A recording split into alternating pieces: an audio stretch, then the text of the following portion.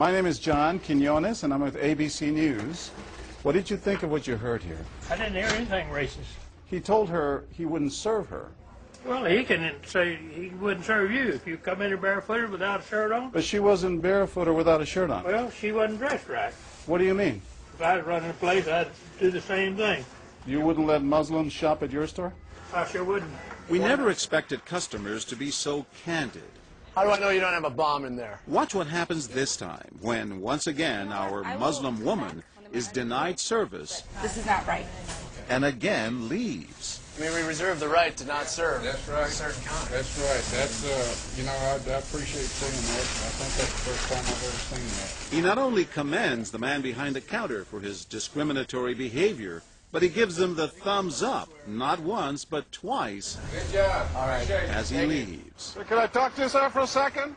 But when I approach, So we're with ABC News. there is no thumbs up for me. We staged a little experiment in there to see how people would react to Hey. that kind of attitude. You're not an American. I am an American.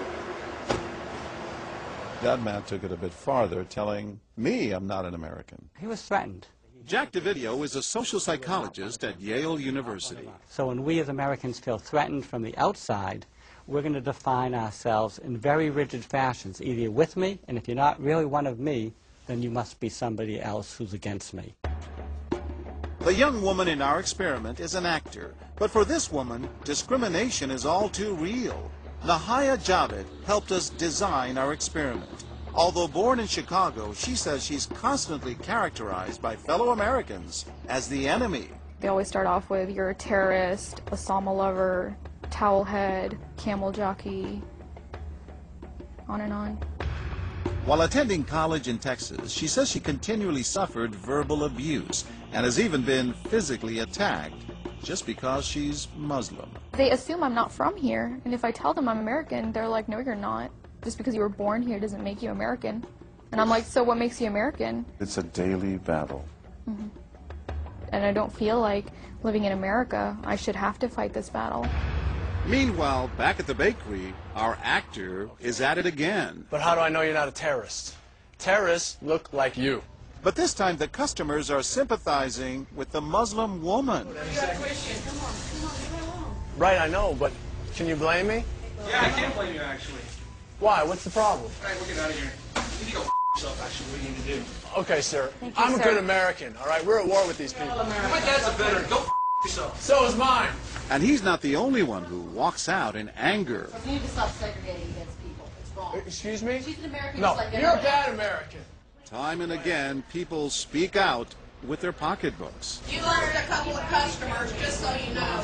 But look what happens when this man threatens to leave. You're not a good American, sir. I believe I am a good American. My son just came back from serving in the Army for over a year in Iraq, and that has nothing to do with her rights. I understand that. Thank you, sir. And I hear what you're saying. But I can't believe you would be so discriminatory. I'm deeply offended by that. I'm sorry to offend you, sir, but I've got to live with myself. Seething, the man vows to fight back. I will let people know this. I've stopped here every time I come by this place, and I'll never stop here again. Why did folks get so upset? They saw an injustice. It's justice that binds us together. It's justice that makes us a society. Any threat to that kind of sense of justice and fairness undermines the entire system. You're really not going to serve her because No. of what she's wearing? No, I'm not. Perhaps that's why more customers are outraged by our actor's hateful behavior than approve of it. You're not dressed like an American. I don't know But what no you have. one is more persistent than these two young women who can't believe what they're hearing. Take your jihad, take it back out to the parking lot. Excuse me? I mean, I got to protect my customers, okay? You're really offensive and disgusting. Well, I'm sorry. I'm just trying to protect Thank you. you here. Thank because you. You're don't know what's sick. going on. Like that doesn't mean anything. This is a different How do you know? culture. You are These people so are trying to ignorant. kill It's Americans. disgusting. She is my culture. So you're ready to serve me, but you're not ready to serve her? You're obviously dressed like an American. Big deal. She's Muslim. And unlike the others, they don't just leave in anger.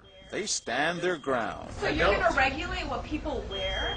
Yes, because I believe you the the degree manager? of... No, I'm not the manager. Can I speak to your manager?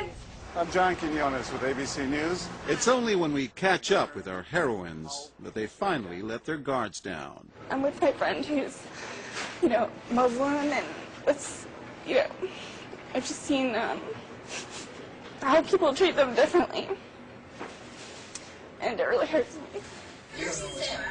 Just watching them stand up for what they believe in touches Professor DeVidio. In a way, they defended America, and I was impressed by that, because they wanted this to be a just society, a just place, a just bakery. I'm John Quinones. And remember this man whose son served in Iraq? He's also moved to tears. Every person deserves to be treated with respect and dignity. No matter how in they're every dressed. situation, no matter how they're dressed. Never have we seen reactions so polarized, from a thumbs up for prejudice to an emphatic thumbs down. Go yourself. Two different Americas, both convinced they're patriotic. At the end of the day, 13 people stood up for the Muslim woman, while 6 sided with the clerk. But the majority of the bystanders, 22, did or said absolutely nothing.